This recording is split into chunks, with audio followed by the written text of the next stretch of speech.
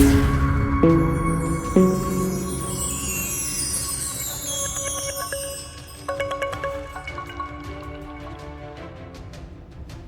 मैं हूँ आपका होस्ट एंड दोस्त मुरलीधर सागर और आज हमारे यूट्यूब चैनल सॉल्टेक सॉल्यूशन की तरफ से बिल्कुल हमारे साथ में है अमृतसर ऑफ इंस्टीट्यूट से बिल्कुल अमृतसर। और आज कुछ चर्चा ऐसी जो कि शिक्षा के जगत में अभूतपूर्व प्रयास है अपने आप में, और पिछले कई वर्षों से 20 ईयर्स से आप अपने इंस्टीट्यूट के माध्यम से शिक्षा के क्षेत्र में बहुत अग्रिम श्रेणी में कार्य कर रहे हैं। तो आपकी मुलाकात के लिए बिल्कुल आज हम मुलाकात कराते हैं हमारे यूट्यूब चैनल में अमृतसर से। स्वागत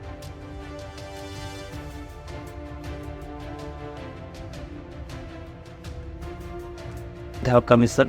और पिछले 20 सालों से आप शिक्षा के क्षेत्र में कार्य कर रहे हैं, तो कुछ जानना पाए तो कुछ सवाल आपसे अपने इंस्टीट्यूट के लिए शिक्षा के जगत में, शिक्षा के क्षेत्र में आपका अनुभव कितने वर्षों का है और किस प्रकार से आप कार्य करें? पहले तो नमस्कार और मोदी भाई को बहुत बहुत स्वागत है और आपने हमें ये एक अपॉर्चुनिटी दी, इसके लिए हम आपका धन्यवाद करते हैं जी। बाकी जो ये शिक्षा देने का काम है जी, ये हम पिछले 20 साल से कर रहे हैं ये। और ये मुझे 2003 में स्टार्ट किया हुआ था, अभी हम और चल रहे इसके ऊपर आगे बढ़ रहे जी। बोलिए। Okay sir. तो कितने वर्ष हो गए आपके कोचिंग सेंटर को, मैक्सिमम कितने साल हो गए कोचिंग सेंटर को, बच्चों का कैसे इस प्रकार से जुड़ना हुआ आपसे, आपने कितनी मेहनत बदन के साथ में काम किया और किस प्रकार से बच्चे आपसे जुड़े हैं, उसके बारे में थोड़ी सी जानकारी चाहिए।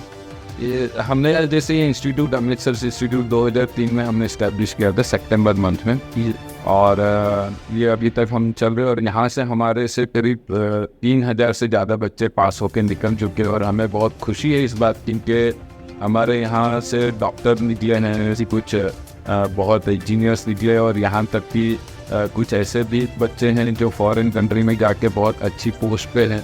तो मुझे ये सब बताने में बहुत गर्व होता है और हमें ये सब अपने सोशल मीडिया में डालते रहता हूँ कि मेरे बच्चों ने क्या क्या उपलब्धि सारी हासिल की है। तो अभी हमें लगभग 20-22 साल हो गए इस फील्ड में। बहुत अच्छी बात है सर। यही चीज़ें हैं जो कहीं ना कहीं शिक्षा के क्षेत्र में बच्चों को अग्रिम श्रेणी में लाकर खड़ी करती हैं, और आपने और आपके इंस्टीट्यूट ने जो प्रयास किए हैं बच्चों की काबिल तारीफ भी है। बहुत सारे बच्चों को मैं मिला भी हुआ आपके इंस्टीट्यूट के अंदर, जिन्होंने आपकी शिक्षा के क्षेत्र में आपके टीचर्स और आपके बारे में बहुत कुछ बताया है, किस प्रकार से आप शिक्षा के क्षेत्र में आप बच्चों को अभूतपूर्व प्रयास कर आगे लाने का प्रयास करते हैं। तो अगला मैं आपसे एक और क्वेश्चन करना चाहूँगा, आपकी विशेष योग्यता किस विषय में रही वो हमेशा? अभी वैसे तो क्योंकि मैं BE मैकेनिकल जी, तो मैथ्स और साइंस मेरा सब्जेक्ट है जी। लेकिन मैथ्स में मुझे एक अलग ही तरह की रुचि है, जिसमें मैं बच्चों को अलग अलग तरीके की ट्रिक्स सिखाता हूँ, जिसको मैं मैथ ट्रिक्स कहता हूँ। तो वो एक बच्चों को एक ऐसी चीज़ें जिनमें वो कैलकुलेशन में बहुत अपना टाइम निकालते हैं, तो ऐसी शॉर्टकट्स होते हैं जिससे बच्चे बहुत ही अच्छे तरीके से बिना गलती किए मुश्किल से मुश्किल सवालों को चंद सेकंड में सॉल्व करते हैं। तो मैथ्स ऐसा सब्जेक्ट है जिसमें आप कितनी भी गहराई में जाए आप हीरा वहीं पे भी रहेगा सर। बिल्कुल 100% सर, आपकी बात एकदम सत्य है। कई बार ऐसे होते हैं जो बच्चे जब टेक्स्ट के माध्यम से बड़े बड़े क्वेश्चंस जो होते हैं मैथ से, वो एकदम सरल तरीके से हल कर देते हैं, बहुत बड़ी बात है। और ये अगर आपके इंस्टीट्यूट से कुछ और जानने को बच्चों को मिलता है, ये अपने आप में बहुत बड़ा अचीवमेंट हो सकता है बच्चों ऑन फ्यूचर के अंदर भी। अगर कोई बच्चा पर मैथमेटिक्स से करता है या आगे भी फ्यूचर में भी मैथ्स के संबंधित कुछ और हासिल करना चाहता है कोई जीवन, आई थिंक सो वो ट्रिक्स जो है वो कहीं ना कहीं गवर्नमेंट्स में एग्जामिनेशन में बहुत काम मदद जैसे UPSC GPSC की एग्जाम होती है या तो कोई कॉम्पिटिटिव एग्जाम होती है, इन सब में अपने को हर एक मिनट में एक सम सॉल्व करने का रहता है जी। अब बच्चे अगर यही टाइम कैलकुलेशन में निकालेंगे तो बाद में फिर इनसे सॉल्व नहीं हो जी। तो ये सब ट्रिक्स अगर वो बच्चे सीखते हैं तो कुछ सेकंड्स में वो सम सॉल्व हो जाता है, तो टाइम उनका काफी पसंद। बिल्कुल वही क्वेश्चन जो है वो कहीं ना कहीं हमें ज़रूरी है, और वो ट्रिक्स ही हैं जो कहीं ना कहीं बच्चों को शॉर्ट टाइम के अंदर बड़े क्वेश्चन को जल्दी हल करने में बहुत सहायक होते हैं। सर एक और क्वेश्चन रहेगा मेरा आपसे, क्योंकि बहुत समय के बाद में आपका भी समय मुझे मिला है, इसलिए मैं आज एक अलग से लिस्ट बना जा रहा हूँ बिल्कुल आपके इंस्टीट्यूट के लिए। तो एक विशेष को मेरा क्वेश्चन देगा आपसे कि जैसे कि विद्यार्थियों के भविष्य के लिए कौन कौन से सब्जेक्ट है उनके ऊपर उनको विशेष फोकस करना चाहिए। अभी सबसे पहली बात तो अगर विद्यार्थी को अपना भविष्य देखना है तो इसके लिए सबसे ज़रूरी है कि हर एक पेरेंट्स को प्लस टीचर को उसकी योग्यता जानने की बहुत ज़रूरी होती है। अभी कोई बच्चा होता है जो मैथ्स में बहुत अच्छा होता है, कोई होता है साइंस में बहुत अच्छा होता है। अब साइंस में नहीं, कोई फिजिक्स में अच्छा होता है, कोई बायोलॉजी में होता है।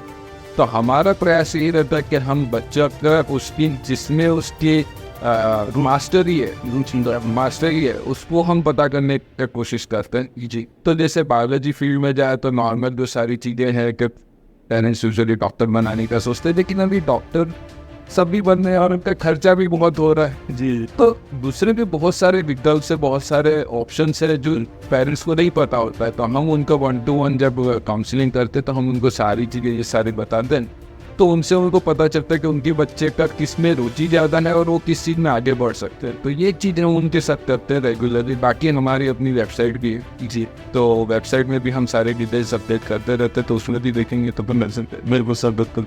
और विशेषकर एक होता है ना सर, कोई स्टूडेंट है जो मोस्टली कई बार कुछ ब्रिलियंट स्टूडेंट भी आपके पास में आते हैं आपके इंस्टीट्यूट के अंदर, और कई अच्छे ऐसे भी बच्चे होते हैं जो करीबन कमजोर विद्यार्थी होते हैं। तो उस पर किस प्रकार से आप फोकस करते हो उन बच्चों पर? तो मोस्टली ऐसे बच्चे जो शायद मेरे हिसाब से किसी पर्टिकुलर सब्जेक्ट के पर्सन उनका थोड़ा रुझान थोड़ा कम होता है या उनकी जिज्ञासा भी होती है पर वो कर नहीं पाते, तो इस स्थिति में आप कैसे हैंडल करते हो बच्चों?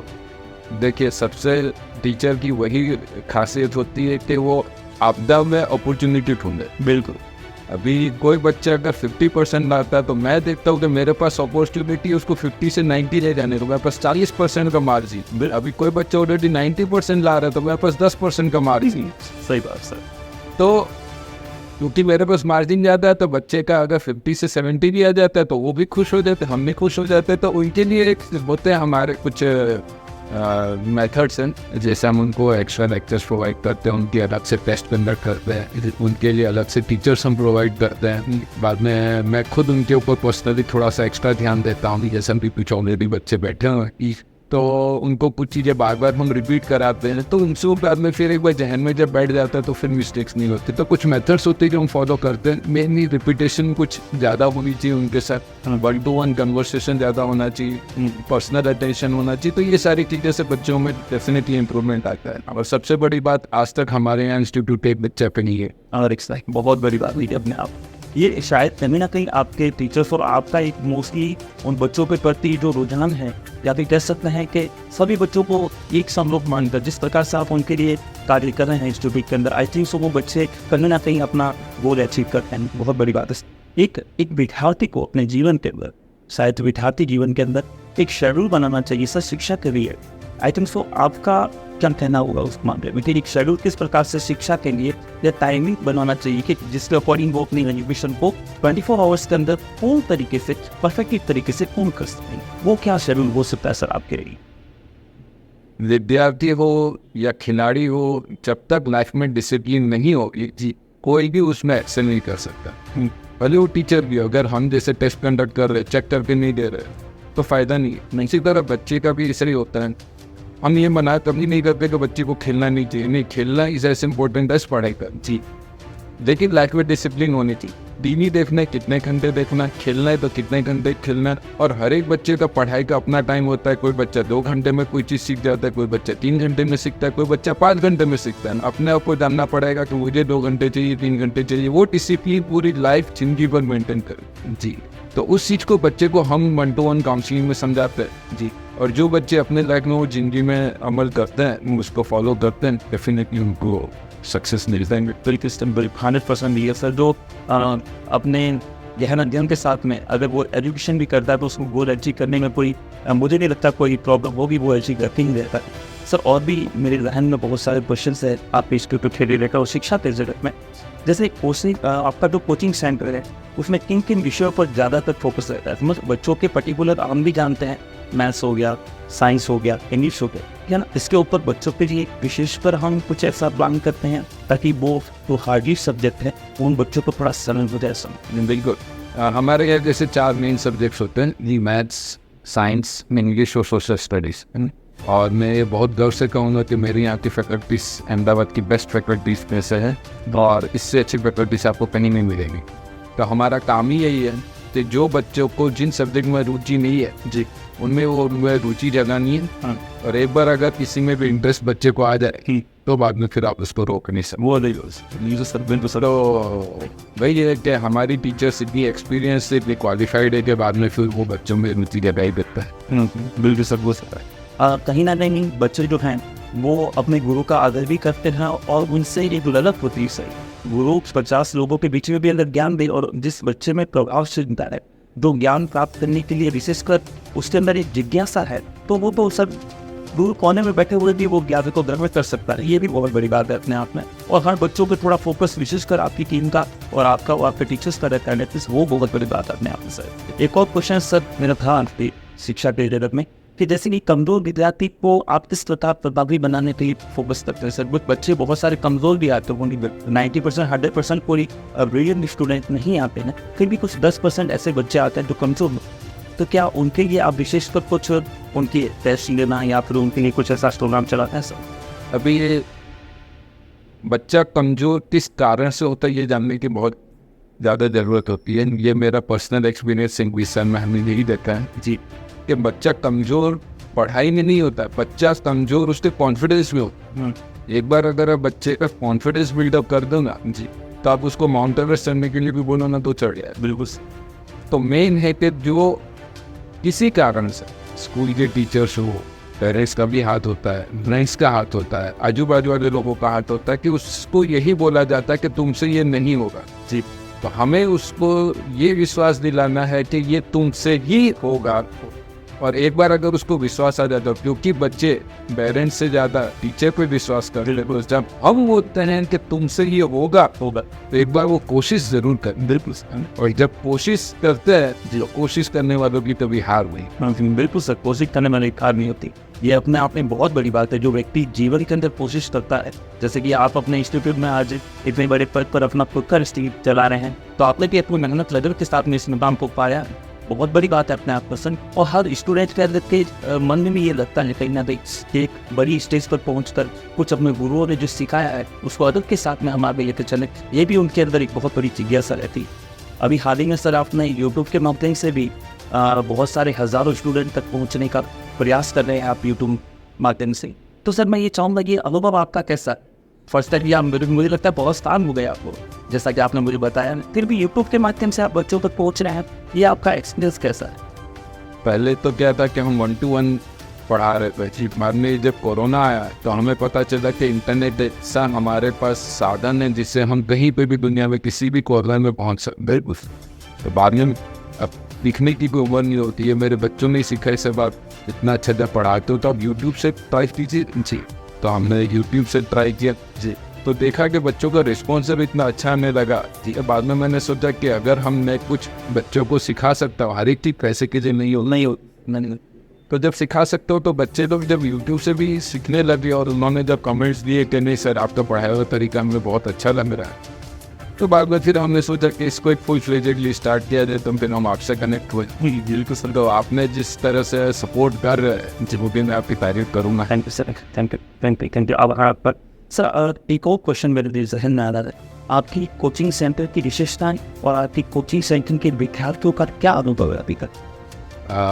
हमारे कोचिंग सेंटर में जैसे हमने कहा कि हम 8, 9, 10 स्टैंडर्ड का और 11, 12 का हम साइंस सब्जेक्ट लेते हैं जी। अभी दूसरे कोचिंग इंस्टीट्यूट में साइंस सब्जेक्ट का प्रैक्टिकल्स नहीं कराते, फिजिक्स केमिस्ट्री का प्रैक्टिकल्स नहीं कराते। हमारे इंस्टीट्यूट में साथ में प्रैक्टिकल्स की भी व्यवस्था है।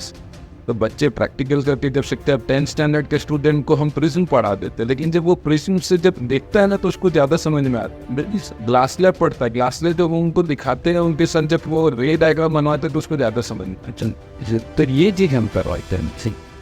मतलब थ्योरी के साथ में आप प्रैक्टिकल में रहता कि बच्चे को दोनों तरफ से उसका माइंड क्लियर हो सके। ये बहुत बड़ी बात है सर। इंस्टीट्यूट कई मैंने देखे हैं बट ये प्रैक्टिकल नहीं करवाते, वो केवल थ्योरी पर पूरा फोकस करते हैं और कहीं ना कहीं वो बच्चे जो है जिस मुकाम को हासिल करना चाहते हैं वो मुकाम हासिल नहीं कर पाते क्योंकि प्रैक्टिकल में उनका अनुभव नहीं होता।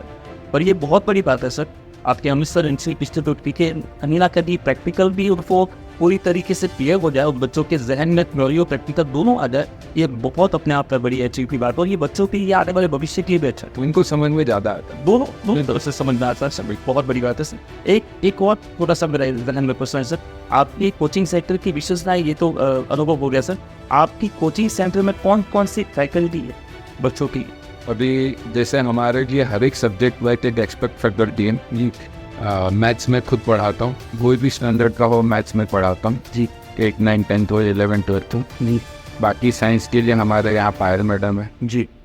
इंग्लिश के लिए मैडम जो हमारी है इंग्लिश और एस के लिए CBSE की उर्वी मैडम है जो मेरे साथ लगभग 12-13 साल से। अच्छा। और हमारे पास एक टिकता पांडे करके मैडम है जो गुजरात बोर्ड का SS लेती है। अच्छा। तो ये सारी जो फैकल्टी से ये सारे अपने सब्जेक्ट वाइज एक्सपर्ट है और इनको आप कोई भी सवाल पूछिए या एक्सप्लेनेशन का मेथड अगर हो सके तो आप किसी दिन बैठे क्लास में मैं खुद हिंदी का बहुत बड़ा विद्यार्थी रह चुका हूँ, बतौर बहुत सालों से रहता है कई बार सर। बहुत सारे बच्चे ऐसे आते हैं जिनको मैंने स्पेशली मेरे तजुर्बे से देखा है, मतलब वो अपने केवल मात्र एजुकेशन के लिए आते तो नहीं, पर कई बार क्या होता है कि इंस्टीट्यूट में आने के बाद में भी उनको वो चीज़ें जो समझ में आनी चाहिए आई थिंक सर वो कई बार नहीं आ पाती और वो बोल भी नहीं पाते अपने टीचर्स से। कई बार जब टेस्ट लेते हैं तो उन बच्चों के मार्क्स देखने के बाद में टीचर को अनुभव होता है कि इस बच्चे को कुछ चीज़ें नहीं समझ में आ रही है। तो कई बार ऐसा हुआ है आपके साथ में ऐसे बच्चों के लिए कि भाई वो बच्चा अच्छी तरीके से पढ़ रहा है, टीचर्स उसको पढ़ा रहे हैं, पर कहीं ना कहीं ये गैप डिस्टेंस आपके सामने आया बस है। ये मेनली गैप डिस्टेंस इसलिए होता है क्योंकि एक टीचर का जो इमेज क्रिएट किया रहता है वो होता है कि टीचर स्ट्रिक्ट है। पेरेंट्स हमारे पास आते हैं सर ना पढ़े 2 थप्पड़ मारे जी, लेकिन मैं मानता हूँ 2 थप्पड़ मारने से अगर बच्चे को 90% आ जाए मैं 4 मार दूँ 100 आ जाएंगे, लेकिन ऐसा कभी नहीं है। नहीं, मेन होता है कि जब तक आप टीचर एक स्टूडेंट का ब्रेन फिलोसोफर गाइड बनोगे तभी बच्चा के बीच में और आपके बीच में जो डिस्टेंस है वो कम होगा। बिल्कुल बच्चा आपको अपनी खुल के बात करेगा जी, और उसको जहाँ नहीं समझ में आ रहा आपको एक बताएगा। तो हमारी क्लास ऐसी होती है कि हमारी क्लास एंटरटेनिंग रहेगी जी, कि हम बच्चों के साथ मजाक भी करते हैं, उनको बीच बीच में जोक्स भी सुनाते हैं, मोटिवेशन भी देते हैं। ओलंपिक्स चल रहे ओलंपिक्स की न्यूज़ देते हैं, बाहर ईरान इजराइल का चल रहा है क्यों हो रहा है हम ये भी उनको ज्ञान दे सकते, सारी चीज़ें उनको पता होनी चाहिए। मेरा बच्चा ऐसा नहीं है कि कोई का मेढक हो, मेरा बच्चा ऐसा होगा कि आप उसकी दुनिया की कोई भी बात पूछो उनको पता होना चाहिए। तो मेरे पास मैच पढ़ने आता है, मैं उनको हर एक चीज़ सिखाना मेरा फर्ज होता है।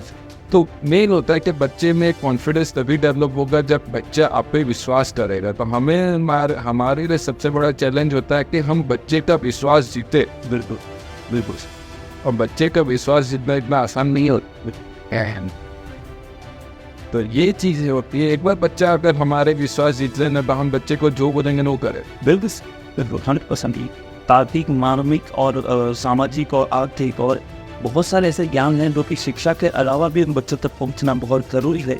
केवल मात्र हम ओनली अपने सब्जेक्ट के रिलेटेड नहीं, आसपास में होने वाले कुछ घटनाओं के बारे में भी और सामाजिक और कुछ भी चीज़ें हैं उनके बारे में भी उन बच्चों को अनुभव होना बहुत ज़रूरी होना। एक सोसाइटी में रहते हैं, बिल्कुल सर, हर प्रकार की जो जानकारी है उन बच्चों के जीवन में अगर सुलभ तरीके से हमारे द्वारा पहुँचती है तो वो अपने आप में बहुत बड़ा अचीवमेंट हो सकता है। और एक इंस्टीट्यूट के लिए आई थिंक सो ये बहुत बड़ी बात भी हो सकती है कि आप केवल मात्र में शिक्षा पर फोकस न कर उसके अलावा भी बहुत सारी चीज़ें हैं जो सामाजिक आसपास में हमारे हैं सो में घिरे हुई है, कहीं ना कहीं वो बच्चों तक पहुँचा तो शायद हो सकता है कि ये शिक्षा के साथ साथ अपने जीवन में वो किस प्रकार से आगे बढ़े वो एक अच्छी अचीवमेंट हो सकती है सर। मुझे एक बहुत छोटा सा एक किस्सा याद आता है, मैं शायद आपसे शेयर करना चाहूँगा। मेरे जो गुरु थे उन्होंने मुझे बताया था कि हम डरते थे अपने गुरुजनों से, तो डरते थे तो वो कई बार फिर मार देंगे, अरे ये बहुत उनका व्यापार थोड़ा ऐसे आक्रामक होता है सर अप्रफर, तो बच्चे डरते थे हम। तो एक दिन हमारे गुरु जी ने हमसे एक प्रेरित ने कहानी सुनाई, तो मैं आज शायद अपन बैठे हैं तो मैं थोड़ी सी सुनाना चाहूँगा आपको। मुझे विद्यार्थी के जीवन को, गुरु के जीवन को उन्होंने इस बात की फैक्ट्री बनाया। उन्होंने बताया किस बात की फैक्ट्री, स्टूडेंट जैसे स्कूल में आकर पढ़ता है, सामाजिक रीति रिवाज सीखता है, आर्थिक मानविक सब प्रकार के जो है तार्किक भी और आध्यात्मिक भी सीखता है, शायद गुरुजनों से और शिक्षा के मंदिर से ही सीख के आगे बढ़ता है।